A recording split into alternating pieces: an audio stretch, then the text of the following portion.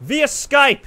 He is Hollywood's go-to villain, but surprisingly, he's actually a nice guy. He hasn't attacked me through Skype yet. He stars in the sequel to The Purge. He is Jasper Cole. Now, I gotta say, man, I called you Hollywood's go-to villain. That's what you're known as throughout the industry, but you're actually a really nice guy. How did this nice, mild-mannered gentleman go from being soft-spoken to this villain that's in all these movies? Hilarious, right? Yeah, I guess I guess it was always lurking inside me. No, truthfully, you know what happens is sometimes our look creates what kind of parts we're going to get. When I turned 40 about 10 years ago, it seems like I don't know.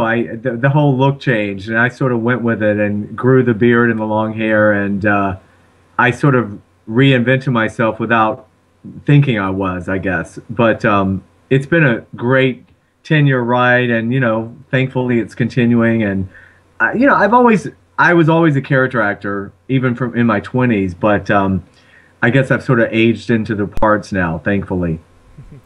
That is true. Now, you are starring in the Purge Anarchy. How did that role come about, and what was that like working with such a major cast? Well, thankfully it was another audition. I'm one of those journeyman actors that I have to audition. I occasionally, very rarely get an offer, but I love to audition, actually. So it was just going in, another audition, and I had done MacGruber for Universal 3 years ago. I can't believe that now. But so it was great to get hired by the studio again. I was more thrilled to work, of course, with Michael Bay and Jason Blum and James DeMonaco, the director. So just to be in the movie at all, I mean, I love how it says starring Jasper. I mean, I'm a supporting player in the movie, but it's a thrill to be in it. I heard that you actually had an unconventional start to being an actor. Yeah, exactly. I'm the youngest of four boys. Growing up in the South, it was football and sports, which thankfully I was, athletic and good, good at it. But I think I was a closeted lesbian. I would sneak over to the auditorium in the drama department and watch, but it wasn't really quote the cool thing to do back in the day. So I did not pursue anything. But right after high school, I did a little college, but I basically moved to Atlanta and went to the Atlanta Alliance Theater School, and it was a full-on program where you learn writing and acting and the whole thing. And I met an actress, Becky Kennedy, and she and I co-wrote and created a show called Willow Springs Now that we actually co-wrote and co-starred in, and did it in Atlanta, and then it came out to LA, and we got a nice little following out here, and I just sort of stayed with it. And it's been a 26, almost 27-year journey now. Wow. And I know you're currently in LA right now, but are you also still based in Atlanta? No, I have family there in Athens, Georgia, but I do go back to visit. But I live in Los Angeles and Palm Springs. I go back and forth from the desert to here. Well, as somebody who's based in Atlanta, I want to ask you. I mean, that film scene there is pretty poppin', probably more than people realize. I mean, not just with the Tyler Perry films, but you got The Walking Dead now. Can you explain the prosperity of the Atlanta film scene to anybody that just thinks people just film in New York and LA? Well, I do believe a big part of it, is the tax incentives that Georgia, in particular, Louisiana, but especially Georgia. Unfortunately we had a bad time out here with in the last few years. I'm not going to blame a former governor, but apparently, a lot of productions left California and went elsewhere. I do think also there's a great pool of talent in Atlanta, and I think it all first started with sort of the music scene there, but now, as you mentioned, you have Lifetime is there, and BET is there, and the CW has, I think, 3 or 4 shows, The Vampire Diaries and etc. So and I think economically it's just a lot cheaper to shoot there, and they now have such great crews and people that they don't have to fly in from LA or New York. I'm just curious, was it your plan to always kind of diversify yourself as an entertainer? Did you have your heart set on just acting, or once you started getting your breaks that other opportunities just came along? Yeah, it's interesting. When I came, like I said, when I came in with Willow Springs, I was producing it, co-starring in it, co-writing, catering, but whatever. So I think once I kind of came on the scene that way, it's always been hard for me just to sort of act. Although deep down, I would prefer to just act. My journey has been always I've written, I've produced. It just seems like this time around I'm supposed to do these other things. So I even with the radio show, that my internet show, YouTube show I have On the Set with Jasper, that just actually came out of me being a guest on a particular radio show, and that host at the time said, you know, I'm going to start my own station. Maybe you'd want to come do a show. And I thought, well, what the hell would I talk about? But anyway, it's turned out to be a really great experience doing the hosting stuff as well.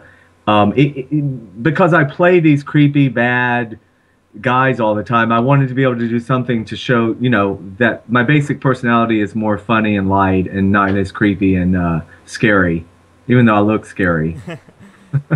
Is that an issue for you, being typecast, or as long as you continue to be cast in a number of films, you are know, you happy? I always say, God bless typecasting, because, you know, we try for so many years to get on any list out here, so I'm just so grateful to be on a list of any kind. So yeah, you know, that's what theater's for. You know, theater's to go and do stuff that I probably would never do in TV and film, and so I think that's the beauty of it. But for me, I don't care. I'll stay on this list from here till the end. Yeah. And you definitely have a unique story. One guy that's certainly a unique dude that you had the pleasure of working with is Val Kilmer. And as a Val Kilmer fan, I'm just curious, what was it like working with him in MacGruber? You know, Val was fantastic. I think from what I heard at the time, you know, of course he's not known for comedies, but he really loved the script, and he played the character of Cunth, you know, C-U-N-T-H, and I found him amazing. He's very eccentric.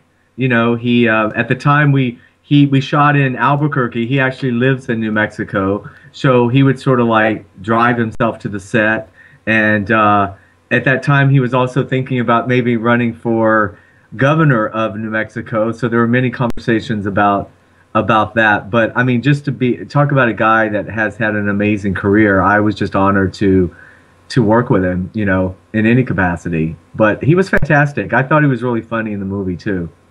Now, as a guy that's looked at as one of Hollywood's go-to villains, was there ever any thought to becoming a evil pro wrestler, maybe one of the top heels in WWE?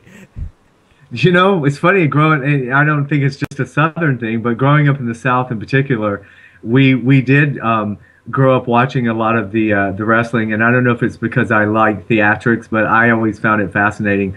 I have actually had people, you know, I am athletic, you know, I think I look a lot more athletic than I am. I'm fortunate to work out, and you know, I've had people ask me before if I've ever been a wrestler. So no, I mean, you know, I'm only, you know, I don't know if my height will prevent that, although there are probably some shorter wrestlers. You know, in MacGruber there was the whole group of professional wrestlers that were also in the movie.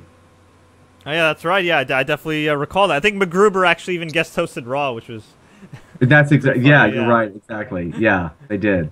And speaking of WWE, and this also kind of relates to Netflix, WWE is actually launching their 24/7 streaming network in just a couple days. And Netflix, of course, is in the news because of House of Cards and really just kind of changing the way people watch TV and movies. You know, the binge watching, as they call it. Right. And I'm just curious on your take of these digital streaming networks. Do you see that being the future, and do you see that helping Hollywood? You know what, I do actually. I think it's turned out. I think we're seeing with Orange is the New Black and, like you said, House of Cards, and I think it's pretty much proof is in the pudding now. People are actually preferring that. I mean, you think about it, you can do the binge watching at one time, and what a lot of people, and I didn't quite even know, is how high the budgets are. You know, Amazon is now starting their own original series also, and someone told me the other day, like on House of Cards, an average budget is like $3 to $5 million. So I mean, that's a lot. You know, I think sometimes we thought as actors, oh, this will be sort of the content may be great, but the pay won't be good or whatever. But actually, it's turning out to be, if not better than network pay and network, you know, sort of perks and stuff. I think some of the series are amazing, especially House of Cards. Yeah, Frank Underwood. He's a bad dude. You don't get on his bad side at all. No, we love Kevin Spacey too. Yeah. Absolutely. Well, before we let you go, sir, we really do appreciate the time. Any upcoming events and other films you're involved in, and where can fans find you online? Yeah, coming out this year, I've got several. I've got a film called Captured.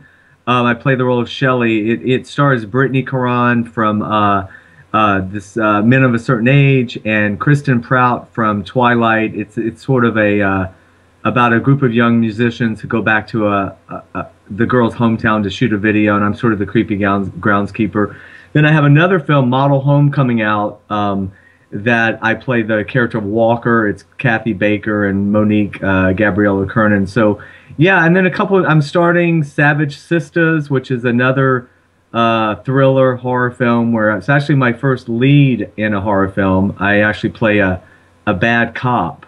You know, I'm usually on the other side of the law. Well, I'm still on it. You just don't know it. I pretend to be a good guy. So yeah, that's good. Some good stuff coming out. So I'm really blessed and grateful for the work. Awesome, man. And fans, of course, they can find you online at Jasper Cole Says. Anywhere else?